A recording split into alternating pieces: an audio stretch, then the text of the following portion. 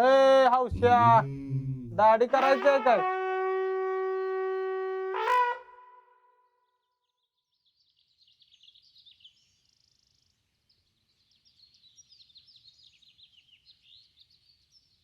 बापू आहेत का? नाही. काय करायचंय? अरे दाढी करायची होती. मग बस की, मी करतो. नको नको, तू नको. काल येणार होतो, म्हटलं बापूंच्याकडून दाढी करावी, पण राहिलं. आता परत येतो.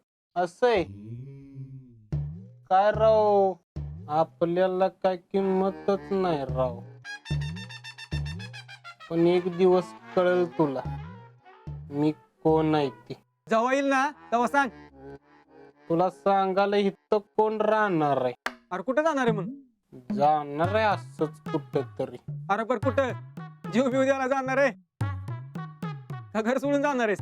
ए, जीव कोण देतय? मी जीव घेणार आहे.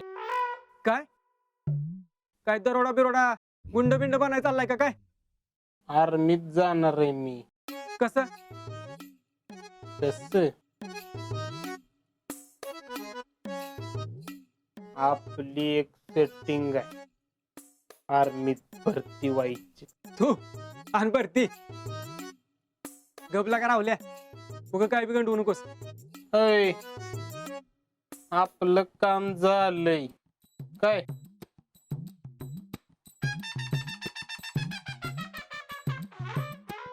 सांग की कसं काम झालं तुझं?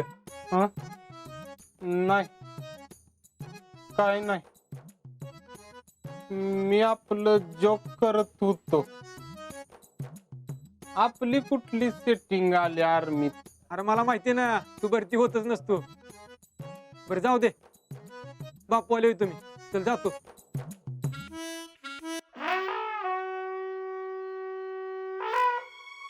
राहुल तू काय डोक्यात पडलेस का रे? तू ना खरंच उपला कायस? का?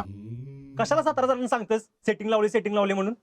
हा, तुला माहिती ना किती महत्वाचं काम आहे ते? वय वय, माहितीये. वय करू नकोस. अरे सतीश कदम आपल्याला डायरेक्ट आतून भरती करणार आहेत. आधीच बोपाटा झाला ना तर काम व्हायचं नाही आपलं. एकतर आधीच पैसे देऊन बसलोय, त्यात तू असा काही उद्योग केलास ना तर पैसे बी गेलं आणि हातची भरती बी जाईल. सिक्रेट ठेव जरा. एकतर तुझ्या तोंडात काय राहतच नाही. नाही, आता राहील.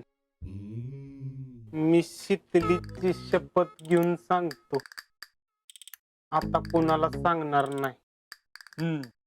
शितलीची शपथ घेतली म्हणजे तू नक्की पचकणार. राहुल्या, तू जर शितली जवळ पचकला ना तर तुला दाखवतो. नाही पचकत, तेवढा मला कॉन्फिडन्स आहे. शीतल शीतल शीतल शीतल शीतल शीतल शीतल शीतल शीतल शीतल भैया शीतल. भैया, काय रे जामे? अहो तुम्ही असं सारखं नाव का घेत बसलाय? एखादी गोष्ट जर का 108 वेळा म्हणली हा तर ती आपली होत असते. हा लॉ ऑफ ऍक्शन. हा. भैया ऍक्शन नाही, अट्रॅक्शन. That is that. पण भैया नुसतं 108 वेळा शीतल शीतल असा जप करून ती मिळणार नाही. मग काय करायचं? भैया तिला मिळवण्यासाठी तुम्हाला काहीतरी ऍक्शन घ्यावी लागणार. म्हणजे आता का फायटिंग करायची का?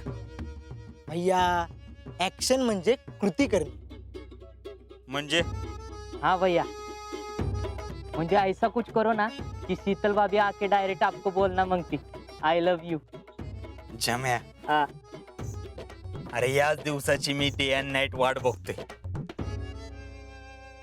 पण आता हे होणार कसं हेच कळ नाही.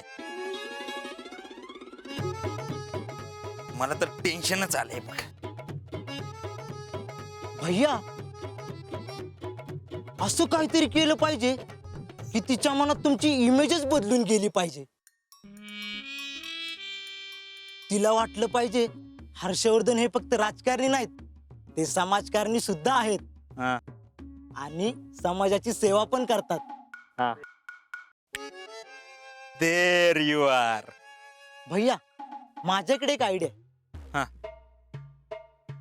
तुम्ही आता अजिंक्यला भरतीसाठी मदत केली, बरोबर? ट्रू. आता बघा, अजिंक्य आणि शीतल एकमेकांना चांगलंच ओळखतात, बरोबर? अरे तू पॉइंट वर ये ना. आलो. हा. हे बघा, आता भैया तुम्ही अजिंक्यला मदत केली हे अख्ख्या गावाला कळणार, आणि आता ते शीतलला पण कळणार ना.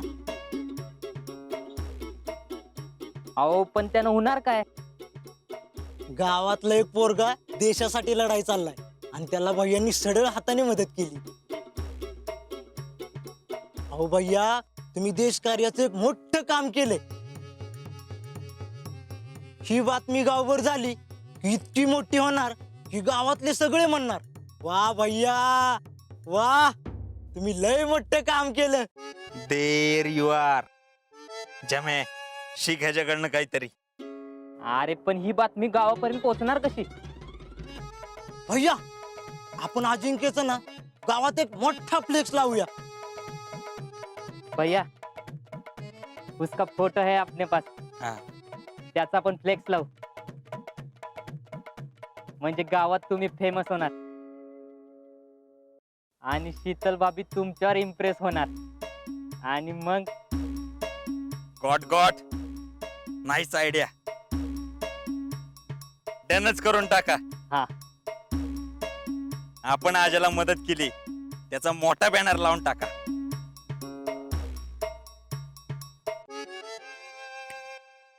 गावात वर्ल्ड फेमस होतो आता, बघाच.